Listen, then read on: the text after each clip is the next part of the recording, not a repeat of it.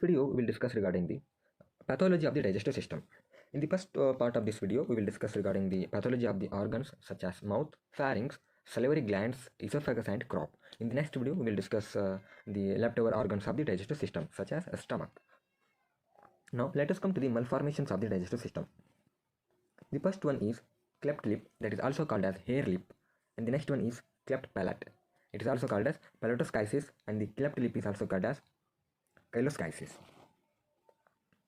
Here in this image you can clearly appreciate the partially bifid upper lip and a cleft in the hard palate.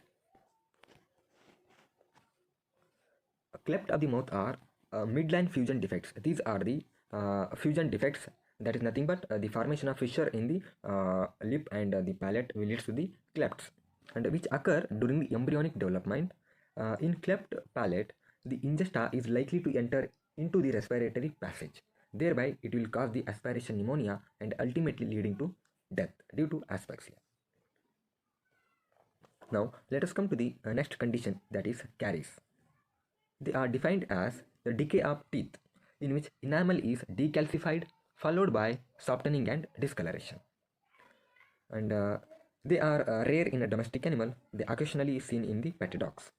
And this is due to a disturbance in the calcium and phosphorus metabolism as well as the dietary deficiency of these minerals. And frequently the caries are seen in the chlorine poisoning. Now let us come to the pathogenesis of the caries.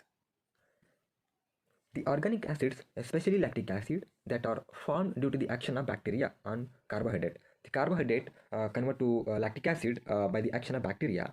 That lactic acid dissolves the salts of the enamel, leading to the damage to the dentine in deeper and most widespread. These acids, such as lactic acid, will corrode the dentine.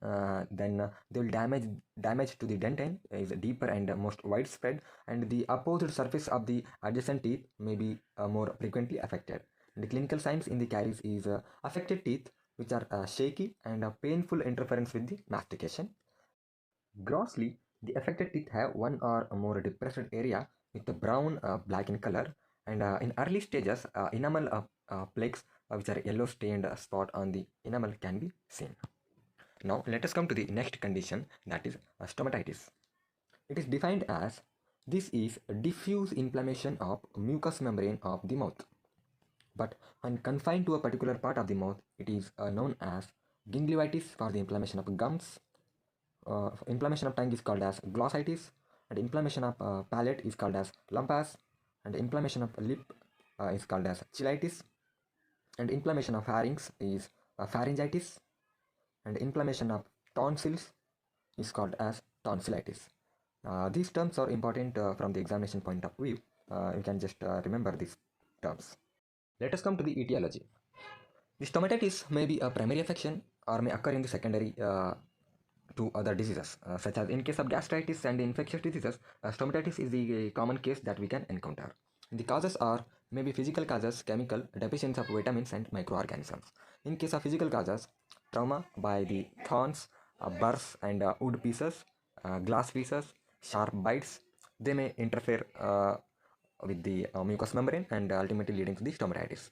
And thermal injuries like hot drenches and eating frozen foods. When it comes to the chemical causes, caustic alkalis, corrosive acids, and fertilizers may lead to the stomatitis, and the deficiency of vitamins such as vitamin A deficiency in fowl and niacin deficiency in dogs may cause stomatitis, and microorganisms like bacteria such as Actinobacillus, Fusobacterium, Pseudomonas may cause stomatitis, and fungi, viruses like FMD virus, rinderpest virus, and diseases like mucosal disease, infectious canine hepatitis. In such conditions, we can encounter stomatitis, and grossly in the stomatitis, ulcers in the gums near the canine teeth can be noticed in this picture, and this is the oral ulcers in the piglet. And grossly, these lesions start as a catarrhal inflammation of the mouth and pharynx with reddening and swelling of the mucosa, which is covered by small whitish reddish spot, and these spots may later develop into small crusts or into ulcers. And histopathologically, they are In case of ulcer of tongue, the surface epithelium of the tongue is lost and underlying area is infiltrated with the leukocyte. In this image, microscopically, you can clearly appreciate the desquamation of the epithelium, desquamation with the loss of underlying tissues, and this is the normal epithelium. And here you cannot appreciate the normal epithelium. That is because of the desquamation. And beneath the underlying tissue, there is the infiltration of the leukocyte. This is the microscopical lesions of the stomatitis, that is ulcers in the tongue. Now let us come to the types of stomatitis. The first one is vesicular stomatitis. Here, vesicles, blaves, blisters containing clear fluid are formed on the mucosa. They are seen in FMD disease, infectious vesicular xanthema, and infectious vesicular stomatitis. The rupture of these blisters result in the formation of erosions, with subsequently they can heal. The catarrhal and vesicular stomatitis may develop into ulcerative variety. And the next one is fibrinous and necrotic stomatitis. Uh, these are seen in the infection of Fusobacterium neurophorum. And the next one is diphtheric stomatitis. In case of fowl fox, they produce diphtheritic stomatitis, where the pharyngitis in which the grayish membrane is found, that is diphtheric membrane is found. And in case of gangrenous stomatitis, this is very severe irritants may cause the gangrenous stomatitis. And lastly, this thrush. Thrush is found in the birds. Here, gray or yellowish, thick, tenacious material get attached to the mucous membrane. And the sequelae, that is outcome of the stomatitis, that will lead to the starvation, as the prehension and mastication is prevented because of the severe pain in the mouth, and the spread of infection to the other parts such as esophagus, lungs, and stomach. Now let us come to the salivary glands. Pathological processes are very rare in salivary glands of the animal, because these glands are fairly well protected, and the salivary secretions have some antibacterial property. There is good flushing by the secretions will be there. Because of these three conditions, the pathological processes are very rare in the salivary glands. Although some pathological conditions are noticed, and those are foreign bodies. Foreign bodies are occasionally found in the duct, especially of the parotid and submaxillary gland. And the next pathological condition is dilation. Dilation of salivary glands may occur when the flow of saliva is obstructed by foreign bodies, inflammatory exudates. And the next condition is ranula. When the dilation of salivary duct and gland occurs as a cyst on the floor of the mouth, it is called as ranula. However, cyst-like dilation of salivary duct and glands occur, and such condition is called as the ranula. And this is smooth and rounded cyst contain the clear fluid, and this can be easily ruptured. And the next pathological condition is cyaloliths. These are the salivary calculi. They are mainly common to the horses. They are formed by the precipitation of minerals around the nuclei of the foreign matter in the duct. Salivary calculi are usually single and sometimes may be very large, preventing the flow of the saliva. And these calculi produce stasis, distension of the duct, and finally atrophy of the gland. And the next condition is the inflammation of the salivary glands. They are very rare in animals, and the inflammation of salivary gland is called as sialadenitis. And etiology include it is maybe due to the traumatic injury or due to the infection by the bacteria. And this may be associated with the strangles in the horse, mastitis in cattle, and canine distemper in dogs. And grossly, in case of sialadenitis, the glands are swollen and red. Abscesses may be found on the glands. Sometimes cystic dilations may also occur. Outcome of the inflammation, that is sequelae, it may lead to the stasis of the saliva in the duct, which facilitate the infection, and inflammation of salivary glands may cause atrophy of the gland. Let us come to the another pathological condition, that is esophageal choke. Choke is defined as esophageal obstruction, that is obstruction of the esophagus, and it occur in horses and cattle, and it is because of the old age, or in case of cattle, large objects of food, beetroot, carrot, apple, potato, fetal membranes, sticks and wire. By ingesting such type of objects may leads to the obstruction of the esophagus, and in case of dogs, large bones eating may leads to the esophageal choke. And impacted masses of feed due to improper chewing and bad teeth may lead to the obstruction in the esophagus. And in case of lesions of esophageal choke, there may be stenosis, and it is also called a diverticulum, may cause repeated choking. And enlarged lymph nodes, mainly mediastinal and cervical lymph nodes, are enlarged, and enlarged thyroid and neoplasma of adjacent tissues, especially thymus, that is thymoma in newborn animals, may be noticed. When it comes to the gross pathology, in the horses, choke occurs in the thoracic area, while in cattle and dogs, the pharynx is obstructed. The choke is classified as complete choke or incomplete choke. In complete choke, the feed will be returned and water will flow through the nostrils when animal is watered. There is complete blockage of the esophagus, and thereby it leads to the aspiration of the feed, will cause secondary foreign body pneumonia.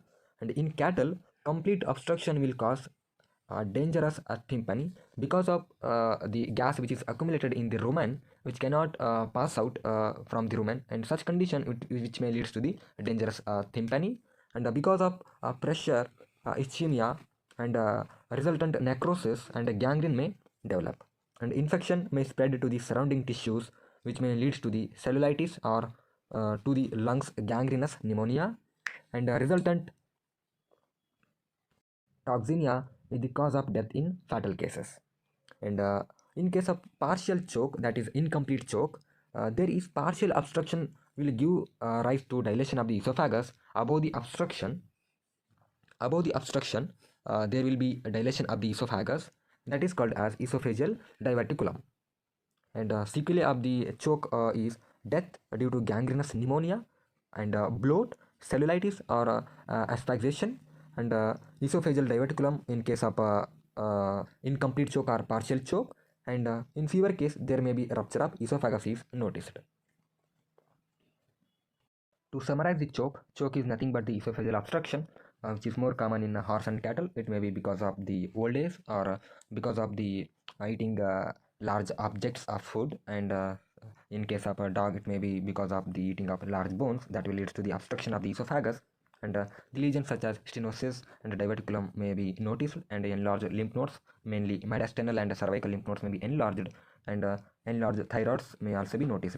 And in gross pathology, the horses, in case of horse, the choke occur in the thoracic area, while in case of cattle and dogs, the pharynx is obstructed. And the choke may be of two types, that is complete and incomplete. And in case of a complete choke, there is total obstruction of the esophagus. There is no any inflow of feed and water, and the water will flow through the nostrils. And aspiration of the feed may cause the secondary foreign to the foreign body pneumonia in the lungs. And in case of cattle, the complete obstruction will cause the tympani. And in case of partial choke, the partial obstruction will give rise to the dilation of the esophagus above the obstruction, and that is called as the esophageal diverticulum. And in case of a sequelae, there may be gangrenous pneumonia, bloat, cellulitis, and asphyxiation, and esophageal diverticulum in case of partial choke. And in fewer cases, there is the rupture of the esophagus. Now, let us come to the another condition, that is dilation. Dilation of esophagus is called as ectasia, and the dilation may be of two types, that is may be fusiform or cylindrical. Fusiform dilation of the esophagus is more common than cylindrical form. This is because of the accumulation of food proximal to a stenosed area, and in ruminants, accumulation of food during the regurgitation of the distal side of the stenosed area. Suppose consider this is the esophagus, and this is the stenosed area, and accumulation of the food at the proximal to the stenosed area. And whenever the ruminants are in the process of regurgitation, at the distal side of the stenoid area, there may be the chance of food accumulation that is leads to the dilation of the esophagus. And trauma from the horns, which leads to the rupturing the muscular coat. Because of the loss of strength in the muscular coat, esophagus may become dilated, and the relaxation of esophageal muscles may also leads to the dilation. This relaxation may be because of the nervous lesions. Now, in case of sequelae of esophageal dilation, the food gets accumulated in the dilated area of the esophagus and leading to the pressure and rupture. The food may become decomposed and produce softening of the epithelium, inflammation, ulceration, gangrene, and ultimately leading to death. And in case of ruminants, bloat may occur. Now, let us come to the another pathological condition, that is esophagitis. It is defined as this is the inflammation of esophageal mucosa. It is rare in animals because of thick and resistant condition of the mucosa of the esophagus, and this may be occur because of trauma by the stomach tube and foreign bodies, and chemicals such those which are corrosive in nature may cause the esophagitis, that is inflammation of esophageal mucosa. And in the fowl, thallium sulfate poisoning, this is the major cause of the esophagitis in fowl. And vitamin A deficiency in fowl, viral enteritis, and mucosal disease in cattle. In such diseases, esophagitis is commonly seen. And parasites such as botfly larvae in horses and hypodermal larvae in cattle may lead to the esophagitis, and persistent vomiting in dog and pigs. Grossly, mucosa is reddened and swollen, and in the catarrhal variety, the exudate is mucus, and in the ulcerative variety, it is met with the conditions which are caused by the trauma by the stomach tube, and in the diseases like viral enteritis and mucosal disease in cattle, in such condition, esophagitis can be seen. And the sequelae of this esophagitis, it is usually recovery may occur, and stenosis may result in severe cases. When pathogenic bacteria enter the place of obstruction, that is in choke, which had become the necrotic due to pressure, suppurative esophagitis may occur. Now, let us come to the neoplasma of the esophagus. Generally, neoplasms of the esophagus are not common, but the infection of Sphaerocerca lupi may cause the tumors. Sphaerocerca lupi is also called as esophageal tumor worm, and this is the cross section where it is visualizing the cut sections of the Sphaerocerca lupi, and this is the fibrosis of the esophagus and esophageal musculature. This is the image of microscopic image of sphaerocercosis, that is esophagus of the dog. Now let us come to the obstruction of crop in birds. Etiology include ingestion of a large quantity of dry grains which swell in the crop and form a hard mass, atony or paralysis of wall leading to the stasis of the food, and a foreign body like wire can also cause the obstruction of crop in birds. Grossly, the stagnated food get decomposed, gas accumulates and inflammation sets in. And the sequelae, the rupture due to the distension by the food and the gas are due to the penetration by the foreign body. Death because of heart failure due to the pressure on the heart, asphyxia due to the compression of the trachea, and intoxication due to absorption of toxins from the decomposed food, and because of the starvation since the food does not enter the proventriculus. Now let us come to the next pathological condition, that is inguinalitis. Inguinalitis is the inflammation of crop. Acute catarrhal inguinalitis is caused by the trauma by the foreign bodies and chemical agents like phosphorus and fertilizers, toxins from the decomposed food, and infectious diseases, parasites like Capillaria species. And grossly, in the inguinalitis, the lesions include congestion, edema, and tymphanitis. And in case of diphtheritic inguinalitis, this is found in the fowl pox, where the diphtheric membrane will be developed. This is for today's video. In next video, we'll discuss regarding the pathological condition of the remaining organs of the digestive system. Thank you.